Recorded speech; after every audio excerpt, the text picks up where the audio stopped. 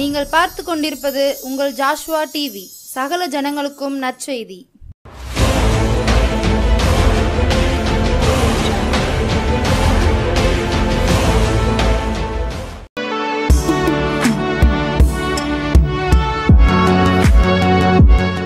கிறிஸ்துவுக்குள் பிரியமான நம்முடைய ஜாஷுவா டிவி நேயர்கள் அனைவருக்கும் இயேசு கிறிஸ்துவின் நாமத்தில் இந்த மாலை நேர வாழ்த்துக்களை நான் தெரிவித்துக் கொள்கிறேன்.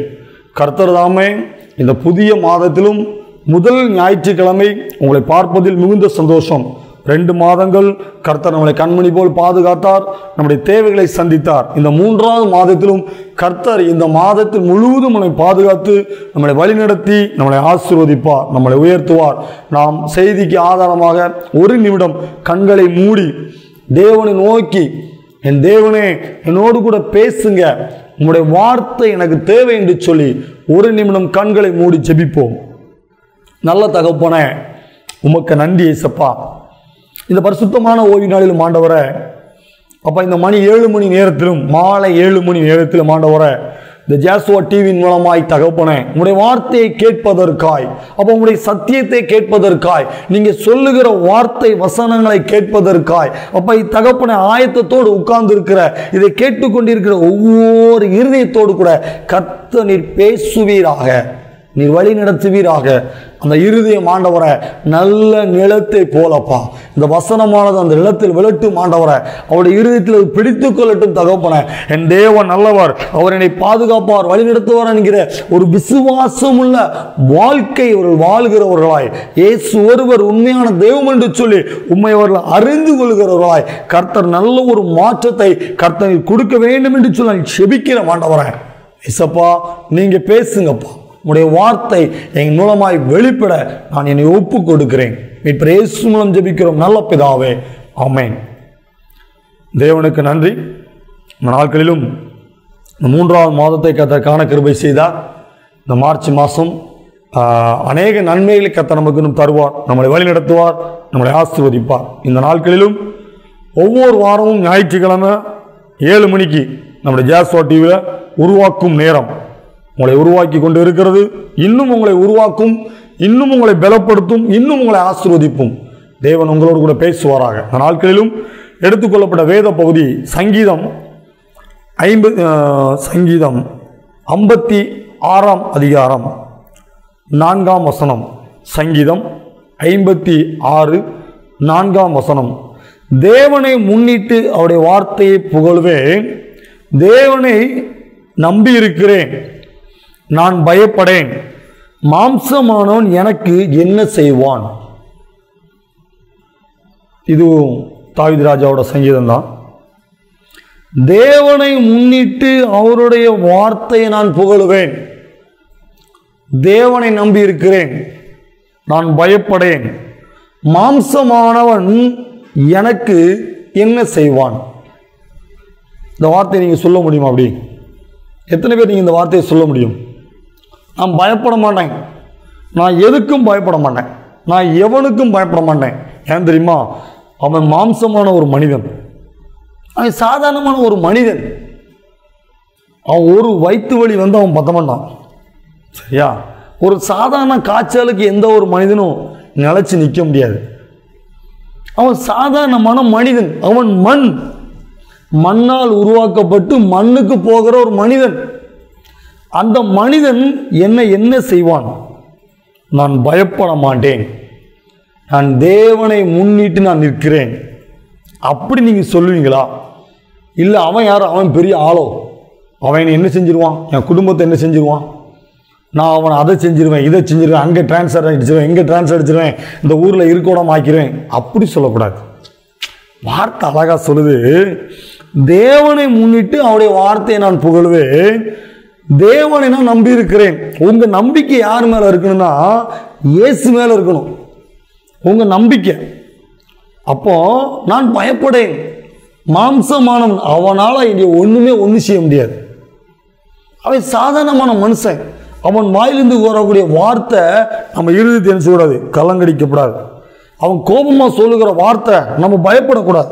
ஐயோ நம்மளை பார்த்து அவன் இப்படி சொல்லிட்டானே, அந்த குடும்பத்தில் இருக்கிறவங்க இப்படி சொல்லிட்டாங்களே, நம்ம எப்படி இந்த உலகத்தில் வாழ, நம்ம எப்படி இந்த ஊரில் இருக்க, நம்ம ஊரை விட்டு ஓடிடுவோம் என்று சொல்லி தவறான முடிவுகள் எடுக்கக்கூடாது. அவன் சாதாரணமான மாம்சமான மனிதன் தான். தேவ பிள்ளையே, நீ பயப்படாதே. நீ ஏன் பயப்படணும்? தேவன் உன்னோடு கூட இருக்கிறார். தேவன் உன்னோடு கூட இருக்கிறார் என்று சொன்னால் நீ இந்த மனுஷனுக்கே பயந்தனா பிசாசு உனக்கு விரோதமாக எவ்வளவு காரியங்களை செய்யறான் தெரியுமா? சாதாரண மனிதனே உனக்கு விரோதமான காரியங்கள் பண்ணட்டும், அது பாதி நமக்கு தெரியும், பாதி நமக்கு தெரியாது. ஆனால் பிசாசும் மனிதனும் இணைந்து இரவு நேரத்தில், அந்தரமான நேரத்தில் உன் குடும்பத்திற்கு விரோதமாய், நீங்க பண்ணுகிற தொழிலுக்கு விரோதமாய், உன்னுடைய பிள்ளைகளுக்கு விரோதமாய் எவ்வளவு விதமான நெருக்கடியை கொடுக்கறாங்க தெரியுமா? அப்போ அதுக்கு நம்ம என்ன செய்யக்கூடாது? பயப்படக்கூடாது. நீ தேவனை நம்பி இருக்கும் பொழுது, தாவீதுக்கு எத்தனை நெருக்கடி தெரியுமா? தாவீதுக்கு நெருக்கடியை சுத்தி சுத்தி சவுல் ராஜா வச்சுதான். சவுல் ஒரு இடத்துல தாவீதை நிக்க விடார், நிக்க இடத்துல தாவீதை விரட்டுவார். தாவீதின் காரியம் ஜெயமா இருந்துச்சு. தானியேலை பார்த்தீங்களா? சிங்க கெவிக்குள்ள போடுவோம்னு சொல்லிட்டாங்க, அவர் அதற்கும் பயப்படல. சிங்க கெவிலே என்ன போட்டாலும் எதுவுமே நடக்காம ஒரு பயப்படாத ஒரு வாழ்க்கை, தேவன் மேல ஒரு நம்பிக்கையோடு இருந்தார். சரியா? ஏன் அந்த ராஜாரை சண்டை போட்டிருக்கலாம். சாத்ராக் மேஷாக் ஆபேத்நேகோ என்ன சொன்னாங்க? உயிருள்ள தெய்வம் அவர் தான், நாங்கள் அவரை தான் ஆராதிப்போம். எவ்வளவு அக்கினி சூளை, 15 மடங்கு 1000 மடங்கு நீங்க அக்கினி சூளை அதிகமாக்க நினைச்சு நாங்கள் நினைச்ச மாட்டோம். எங்கள் தேவனை தவிர வேற யாரும் எந்த மனிதனையும் நினைச்ச மாட்டோம், வணங்க மாட்டோம் என்று சொல்லி பயப்படாம இருந்தாங்க. இந்த வசனம் அதைத்தான் சொல்லுது, தேவனை நம்பி இருக்கிறேன். நீங்க தேவனை நம்பி இருக்க ஒரு மனிதனும் உங்க கிட்ட வர முடியாது. ஒரு மனிதனும் உங்களுக்கு முன்னதாக வர முடியாது. உங்களுக்கு விரோதமாக தொழில் ஆரம்பிக்கலாம், உங்களுக்கு விரோதமாய் காரியங்களை எழுப்பிக்கலாம், உங்களுக்கு விரோதமாய் மனிதர்களை அவன் எழுப்பி விடலாம், என்னன்னாலும் செய்யட்டும். ஆனால் நீங்க செய்ய வேண்டிய ஒரே ஒரு காரியம், மாம்சமானவன் எனக்கு என்ன செய்வான்?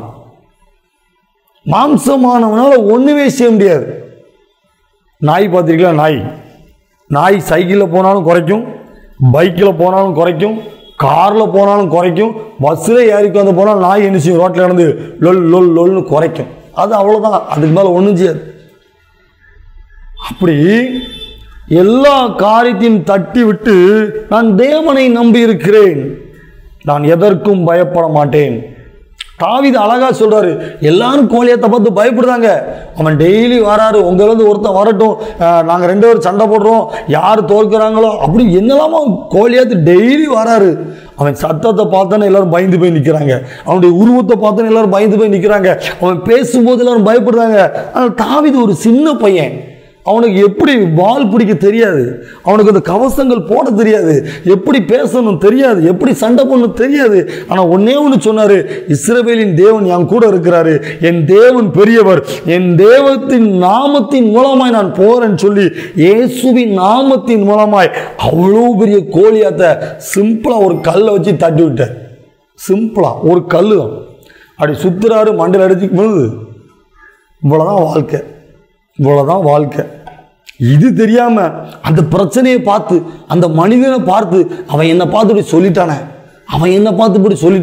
நான் அவன் முன்னா நான் எப்படி நான் நிற்க, நான் எப்படி நான் தொழில் பார்க்க போறேன், என் தொழில் ஓடாதோ, என் பிள்ளைகளை எப்படி நான் படிக்க வைக்க போறேன் என்று சொல்லி அந்த மனிதனை பார்த்து, அந்த பிரச்சனையை பார்த்து, அந்த போராட்டத்தை பார்த்து நீங்க பயப்படாதபடி தேவனை நோக்கி பார்க்கும்போது மாம்சமானவன் உங்களை ஒன்றும் செய்ய முடியாது. தேவ பிள்ளையே, நீ பயப்படாதே, நீ மகிழ்ந்து களிக்கூறு, கர்த்தர் பெரிய காரியங்களை செய்வார். கர்த்தர் உங்க வாழ்க்கையில, உங்க குடும்பத்துல நீங்கள் செய்கிற எல்லா காரியங்களும் ஆண்டவர் உங்களை பெரிய காரியமாக எடுத்து பயன்படுத்துவார்.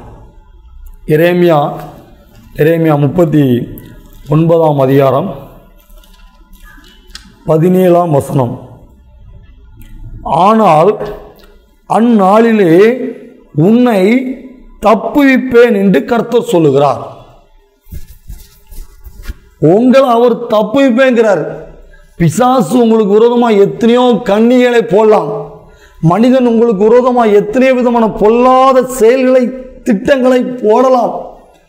சொல்லுவான், இந்த ஊர்ல இருந்துரு பார்ப்போம், நீங்கள் வேலைக்கு பேர் பார்ப்போம், உன் பிள்ளை நல்லா இருக்கட்டும் பார்ப்போம், நீ எப்படி கல்யாணம் முடிக்கன்னு பார்ப்போம், எல்லாத்தையும் மனுஷன் சொல்லுவான். ஆனால் ஆண்டவர் சொல்றாரு, அந்நாளிலே உன்னை தப்புவிப்பேன் என்று கர்த்தர் சொல்லுகிறார்.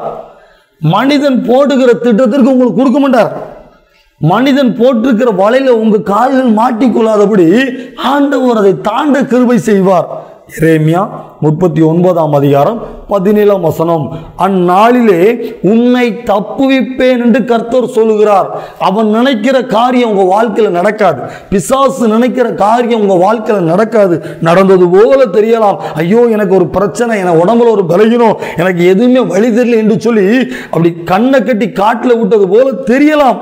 ஆனாலும் ஆண்டவர் சொல்றாரு, அந்நாளிலே நீங்க தயங்கி நிக்கிற நேரத்துல, நீங்க அழுது நிக்கிற நேரத்துல, நீங்க பலகீனத்தோட படுத்திருக்கிற நேரத்துல, நீங்க பலகீனத்தோட ஆஸ்பத்திரியில் இருக்கிற நேரத்துல, என்ன ஆண்டவரே என் வாழ்க்கையை முடிஞ்சிருமோ, என் குடும்பம் முடிஞ்சிருமோ, என் வாழ்க்கையை யாரு பார்ப்பா, என்னுடைய தொழிலை யாரு பார்ப்பா, என் பிள்ளைகளை யார் பார்ப்பா, என் ஊழியங்களை யார் பார்ப்பா என்று சொல்லி கலங்கி தவித்த அந்நாளிலே ஆண்டவர் உங்களை தப்புவிக்கிறார். மனிதன் நினைப்பான், இவன் செத்தான், இவன் குடும்பம் அவுட், இவன் தொழில் அவுட், எல்லாம் முடிந்தது என்று சொல்லி மனிதன் ஸ்கெட்ச் போட்டுட்டு இருப்பான். ஆண்டவர் சொல்றாரு, அவன் நினைக்கிறது நினைச்சுக்கிட்டே இருக்கட்டும், ஆனாலும் நான் உன்னை தப்புவிப்பேன். அவர்கள் நினைக்கிற பிரகாரமாய் உன்னை நான் அவர் கையில் கொடுக்க மாட்டேன் என்று கர்த்தர் சொல்லுகிறார். எனக்கு இந்த வசனத்தை வாசிக்கும் போது ஐயோ சூப்பரா இருக்கு, எனக்கே ஒரு எனர்ஜி கொடுக்குற மாதிரி இருக்கு. எனக்கு இந்த வசனத்தை எடுத்துக்கலாம்லானே? எனக்கு விரோதமாக எத்தனை பேர் இருக்கலாம், எனக்கு விரோதமாக எத்தனை மனிதர் என்ன செய்யலாம்? ஆண்டவர் சொல்றாரு, நான் உன்னை தப்பு வைப்பேங்கிறார். என்ன பார்த்து சொல்றாரு? நான் உன்னை தப்பு வைப்பேன். பிசாசு உனக்கு விரோதமாக எத்தனை மந்திரங்கள் செஞ்சாலும் சரி, எத்தனை காரியங்கள் செஞ்சாலும் சரி, அவனால் நீ ஒண்ணுமே செய்ய முடியாது. நீ விசுவாசிங்களா? நீ விசுவாசிங்களா? நீங்க விசுவாசிங்க, ஆண்டவர் உங்களை தப்பு வைப்பார். எல்லாம் மரண கண்ணிகளுக்கு உங்களை தப்பி வைப்பார். பிசாசுக்கு ஒரு என்னன்னா, நீங்க உயிரோட இருக்கக்கூடாது, இந்த உலகத்துல சந்தோஷமா இருக்கக்கூடாது, நீங்க நிம்மதியா இருக்கக்கூடாது என்று சொல்லி பிசாசன் அநேக கலைகளை போடுவான், அநேக பிரச்சனையை கொண்டு வருவான். கணவன் மனைவிக்குள்ள சண்டை, வீட்டில் பிள்ளைங்களுக்குள்ள சண்டை, நம்ம கூட இருக்க சொந்தக்காரங்களோட சண்டை, தொழில் பார்க்கறதுல சண்டை, படிக்கிற இடத்துல சண்டை, இப்படி அநேக பிரச்சனைகளை பிசாசு கொண்டுகிட்டே இருப்பான். ஆனால் ஆண்டவர் சொல்றாரு, உன்னை நான் தப்புவிப்பேன் என்று கர்த்தர் சொல்லுகிறார். அதுக்கு அடுத்த அதே 17ஆம் அதிகாரத்தில் அடுத்த வார்த்தை சொல்லுது, நீ பயப்படுகிற மனுஷரின் கையிலே ஒப்பு கொடுப்பதில்லை. வசனத்தை நல்லா பார்த்தீங்களா? எரேமியா 39ஆம் அதிகாரம் 17ஆம் வசனம். நீ பயப்படுகிற மனுஷரின் கையிலே ஒப்பு கொடுப்பதில்லை. ஒரு வசனம் அழகா எனக்கு உண்டு. பைபிள் எனக்கு ஒரு ரெண்டு 3 வசனம் ரொம்ப பிடிக்கும். அதுல ஒரு வசனம் வந்து சொல்லுது, உனக்கு விரோதமா எழும்பு, அது எவனாலும் எழும்பட்டும், அவனை நீ தேடி பார்த்தனா காண மாட்டேன். ஏசாயாவில் இருக்கு. உனக்கு விரோதமா ஒரு கூட்டம் கூடுதா, உனக்கு விரோதமாக ஒரு கூட்டம் கூடி பேசுறாங்களா, உன்னை அழிக்கணும், உன் குடும்பத்தை அழிக்கணும், உங்க தொழிலை எப்படியாவது ஓய்க்கணும், இவனை வாழ்க்கையில முன்னேற விடக்கூடாதுன்னு சொல்லி உங்களுக்கு விரோதமாய் காரியங்கள் எழும்பி நிற்கா, மலை போல பிரச்சனை தெரியுதா உங்களுக்கு, எரிய கோட்டை போல உங்களுக்கு தெரியுதா? ஆண்டவர் சொல்றாரு, அவன் நினைக்கிற மாதிரி அவனை உன் கையில நான் நினைச்ச மாட்டேன், நான் கொடுக்க மாட்டேன். நீ பயப்படுகிற மனுஷனின் கையில் ஒப்பு கொடுப்பதில்லை. உங்களை ஆண்டவர் அந்த மனிதன் கையில கொடுக்க மாட்டார். உங்களுடைய பிள்ளைகளை ஆண்டவர் அந்த மனிதன் கையில கொடுக்க மாட்டார். நீங்க நினைக்கிற அந்த மனிதன் அவன் ஒரு பொல்லாத மனிதனாக இருக்கலாம், இயேசு கிறிஸ்துவை பத்தி தெரியாத ஒரு மனிதனாக இருக்கலாம், இல்ல இயேசு கிறிஸ்துவை தெரிந்த ஒரு மனிதனே உங்களுக்கு விரோதமா எழுப்பி நிற்கலாம். ஆண்டவர் சொல்றாரு, நீ பயப்படாத, உன்னை நான் தப்பு வைப்பேன், நீ பயப்படாத. நீ எதிர்பார்க்கிற, நீ பயப்படுகிற, நீ கலங்கி நிற்கிற அந்த மனிதன் கையில, அந்த மனுஷி கையில உன் வாழ்க்கையை நான் கொடுக்க மாட்டேன், உன் பிள்ளைகளை நான் கொடுக்க மாட்டேன், உன்னுடைய கணவர் நான் கொடுக்க மாட்டேன். நீ பயப்படாத, நீ பயப்படாத, நீ பயப்படாத, நீ பயப்படாத என்று சொல்லி ஆண்டவர் தெளிவாக பேசுறார். நீ பயந்து உட்கார்ந்துட்டனா உன்னால வேலை பார்க்க முடியாது. நீ பயந்து ஒரு வாரத்தில் உட்கார்ந்துட்டா உன் தொழிலை பார்க்க முடியாது. நீ பயந்து ஆண்டவரே எனக்கு இவ்வளவு நெருக்கடி வருகிறது என்று சொல்லி நீங்கள் கூணி குறுகி உட்கார்ந்துட்டீங்க அப்படின்னா உங்க உடம்புல ஏகப்பட்ட பிரச்சனை வந்துடும். உங்கள் உடம்புல ஏகப்பட்ட பலகீனங்கள் வந்துடும். உங்களால் வேலை பார்க்க முடியாது, உங்களால் சரியாக எழுந்திருக்க முடியாது, சரியானபடி சாப்பிட முடியாது, சரியான நேரத்தில் உங்களுக்கு உறங்க முடியாது, உங்களுக்கு ஏகப்பட்ட நோய் உங்கள் உடம்புல வந்துடும். பிசாசு தான் நினைத்தது உங்கள் வாழ்க்கையில் நடந்துடும். நீங்கள் பயப்படாதீங்க, எழுந்து நின்னுங்க, எந்திரிச்சு நின்று பிசாசு அடிங்க. இயேசுவின் நாமத்தால பிசாசை என்னோடு கூட இருக்கிறவர் என் தேவன் என்று சொல்லி பிசாசை சொல்லுங்க, அவன் ஓடிடுவான். எரிய கோட்டை பெரிய கோட்டை தான். ஆண்டவர் ஏன் சொன்னாரு? எரிய கோட்டை போய் சண்டை போட சொன்னாரா? எரிய கோட்டை இருக்குப்பா, நீ கடப்பார கம்பெல்லாம் தூக்கிட்டு போங்க, போய் குத்தி நீங்க அப்படி சொன்னாரா? சொல்லலையே. நீ பாட்டு படிச்சு என்ன செய், தேவனை துதி. எரிய கோட்டை எவ்வளவு உயரமா இருக்கு பார்க்காத, எவ்வளவு அகலமா இருக்கு பார்க்காத. நான் அவன்கிட்ட என்ன சொன்னேன்? எரிய கோட்டையை டெய்லி ஓடும் சுத்துங்க. என்ன சொன்னாரு? நல்லா பாட்டு படிங்க, நல்லா கை தட்டுங்க, சத்தமா தேவனை நீங்க ஆராதிங்க, இவ்வளவுதான் உங்களுக்கு வேலை. ஐயோ இவ்வளவு பெரிய கோட்டையா இருக்க, நம்ம எப்படி இந்த கோட்டையை நம்ம இடிக்க, இந்த கோட்டையை நம்ம எப்படி நம்ம தாண்ட, அதை நினைக்காதீங்க, அதை பார்க்காதீங்க.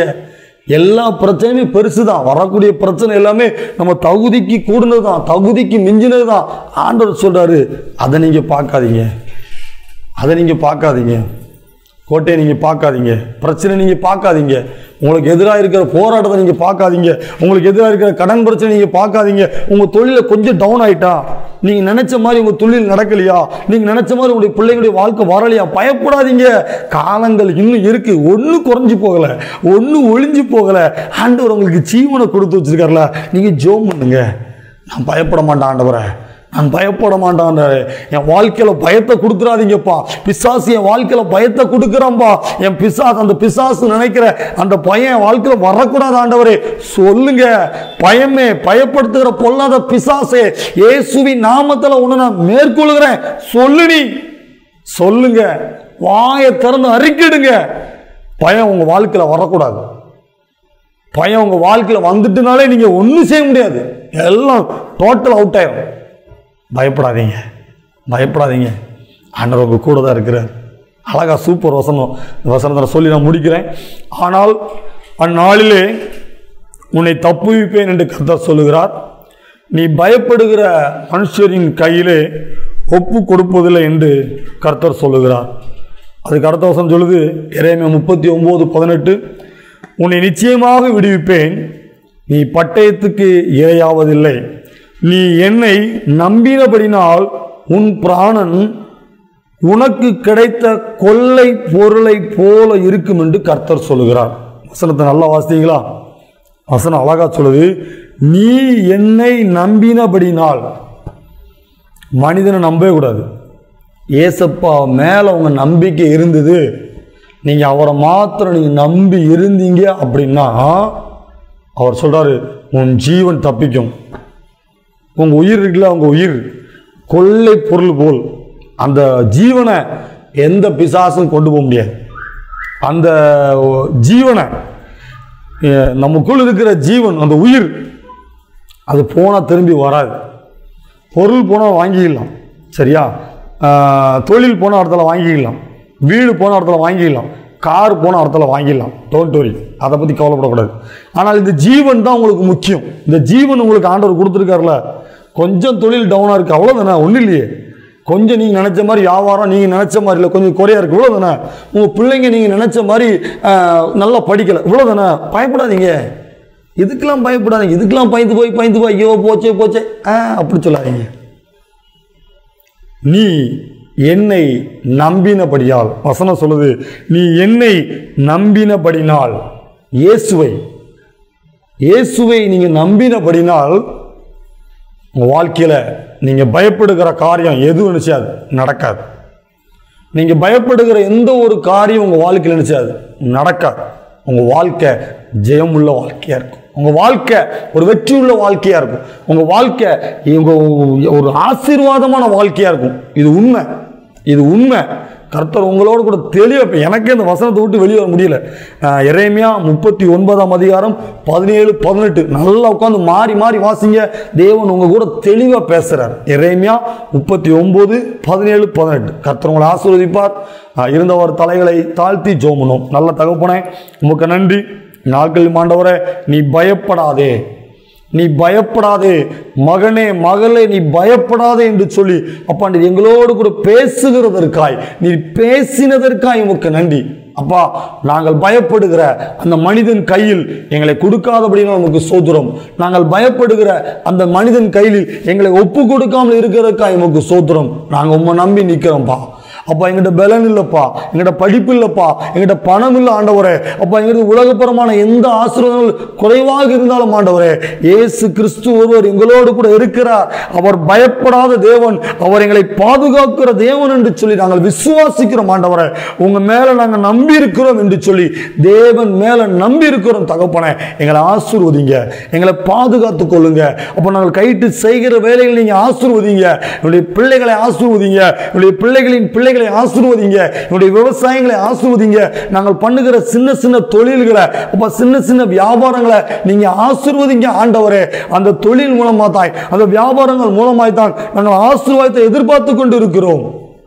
நாங்கள் பெற்றுக்கொள்கிறோம் இயேசுவின் நாமத்தில். துதிகன மகிமையை உமக்கே செலுத்துகிறோம். இப்ப இயேசு மூலம் ஜெபிக்கிறோம் நல்ல பிதாவே, ஆமென். கர்த்தர் உங்களோடு கூட பேசுகிறார். நீங்க தொடர்ந்து நினைச்சீங்க, பயப்படாம தேவனோடு கூட இருங்க, அவர் உங்களை ஆசீர்வதிப்பார். ஆமென்.